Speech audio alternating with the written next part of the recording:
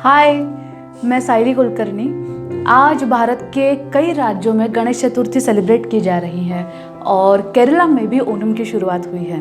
तो सबसे पहले तो सबको गणेश चतुर्थी और ओणम की बहुत सारी शुभकामनाएं। वैसे तो मेरे सारे दोस्त, मेरे रिलेटिव्स, मेरे स्टूडेंट्स मुझे पॉलिटिकल साइंस यानी राज्यशास्त्र के प्रोफेसर के रूप में जानते हैं। इसलिए पिछले कुछ दिनों से जो मैं इंस्टाग्राम और फेसबुक पे फूड इमेजेस पोस्ट कर रही हूँ, वो देख के सब हैरान है और पूछ रहे हैं मुझे बार बार कि ये है क्या, इसका क्या होने वाला है, नक्की चाललंय काय तुझं। तो मैं सबको बताती रही कि वक्त आने पर मैं ज़रूर बताऊंगी। तो आज फाइनली वो वक्त आ गया है। मुझे बहुत खुशी हो रही है ये बताने में कि आज 22 अगस्त को हम एक फूड वेंचर लॉन्च कर रहे हैं जिसका नाम है सीता की रसोई। तो अब आप सोच रहे होंगे कि मैंने तो अपना नाम सायली बताया था और हमारे फूड वेंचर का नाम सीता की रसोई है, तो ये क्या है। तो वैसे तो सीता की रसोई इस कॉन्सेप्ट का बहुत ही व्यापक, बहुत ही डीप अर्थ है, लेकिन मैं यहाँ कुछ दो इम्पॉर्टेंट चीज़ें बताना चाहूँगी। सीता हमारे लिए सिर्फ एक माइथोलॉजिकल फिगर नहीं है। सीता को हमारी संस्कृति में मैया कहा गया है, जिसका मतलब है कि सीता एक माँ का प्रतीक है।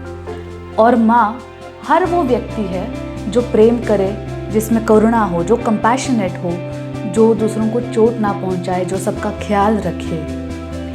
और माँ की रसोई में बनाया हुआ खाना सबका सिर्फ पेट नहीं भरता, सबके स्वास्थ्य का भी ख्याल रखता है और सबका मन भी भरता है। तो इसी वजह से हमारे सीता की रसोई में भी बनाया हुआ खाना सिर्फ सबका पेट नहीं भरेगा, हमारी कोशिश रहेगी कि वो सबके स्वास्थ्य का भी ख्याल रखे और सबका मन भी भरे। दूसरा कारण, भारत के कई आदिवासी कल्चर्स में सीता की रसोई को पूजा जाता है। अब हम सब जानते हैं कि आदिवासी कल्चर्स की विशेषता क्या है।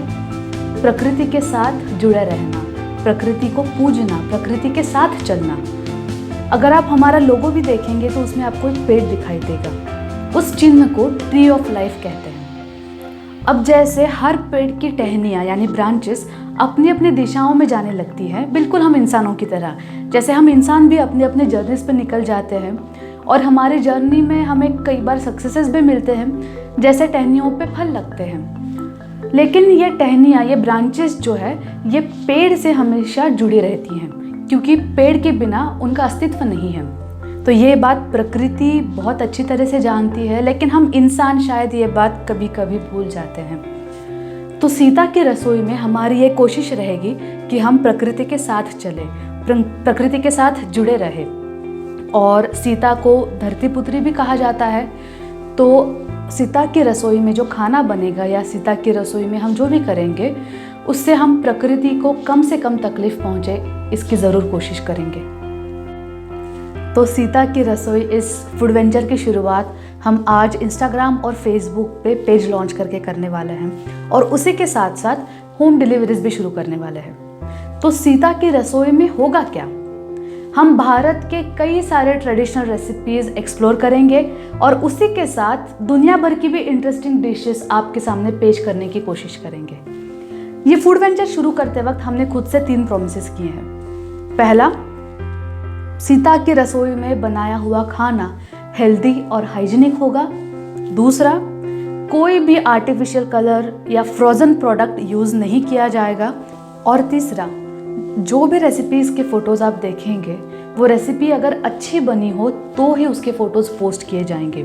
इसलिए अगर आप कभी सीता की रसोई से कुछ मंगाना चाहे तो बिल्कुल निश्चिंत रहिएगा, क्योंकि आपको जैसे वो रेसिपी दिख रही है वैसे ही आपके सामने होगी। सिर्फ उस डिश को स्वादिष्ट दिखाने के लिए कोई भी फूड हैक या फिल्टर नहीं इस्तेमाल किया जाएगा। इस पेज लॉन्च और होम डिलीवरीज के साथ साथ सीता की रसोई के बारे में मन में और भी कुछ विचार हैं। आने वाले वक्त में आपके साथ वो सारी बातें भी हम शेयर करेंगे।